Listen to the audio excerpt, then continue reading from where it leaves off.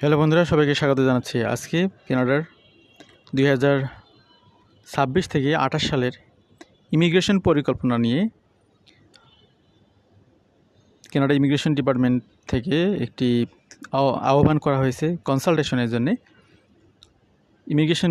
নতুন যিনি immigration minister, তিনি মূলত এই আহ্বানটা জানিয়েছেন কাদেরকে? ইমিগ্রেশনের সাথে সংশ্লিষ্ট বিভিন্ন ডিপার্টমেন্ট এবং কানাডার যারা সিটিজেন, তাদের কাছ থেকে পরামর্শ চাওয়া হয়েছে 2025 সালের 21শে জুলাই থেকে 17ই আগস্ট পর্যন্ত এই সময়ের মধ্যে আগামী 3 বছরের ইমিগ্রেশন পরিকল্পনাটা কীরকম হতে পারে সেটা নিয়ে সরাসরি পরামর্শ দেওয়া যাবে। এখানে অনলাইন প্রোগ্রামে অংশগ্রহণ করে এরপরে আপনার এখানে ইমিগ্রেশন ওয়েবসাইটের থেকে এবং যোগাযোগের মাধ্যমে, চিঠির মাধ্যমে এই সুযোগগুলো রয়েছে। আজকে মূলত এই বিষয়গুলো নিয়ে আমরা কথা বলবো।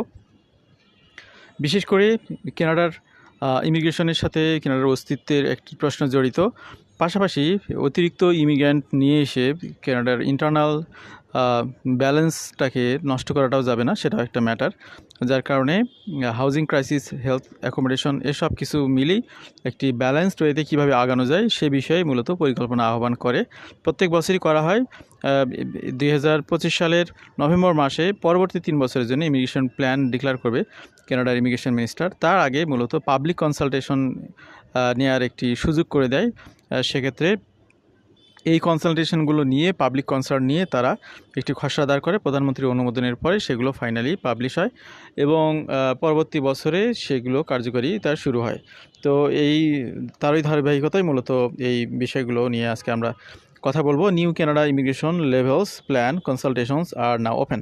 তো এখানে কনসালটেশনসগুলো ওপেন করে দেওয়া হয়েছে কত সময় থেকে? 2025 সালের 21শে জুলাই থেকে। অলরেডি 21শে জুলাই আমরা টাচ করে ফেলেছি, 17ই আগস্ট পর্যন্ত, জাস্ট 1 মাসেরও কম সময়। তো এখানে দেখতে পাচ্ছেন আপনারা, immigration, refugee and citizenship Canada is calling on stakeholder, communities and citizens to share their voice in shaping a sustainable, inclusive and economically vibrant immigration system.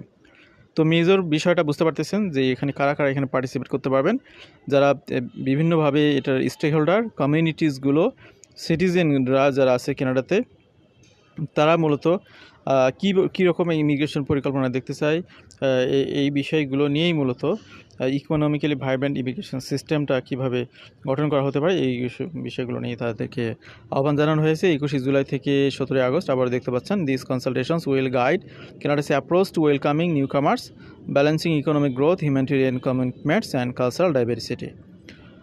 Following this, new immigration minister Lina Miltes Diab will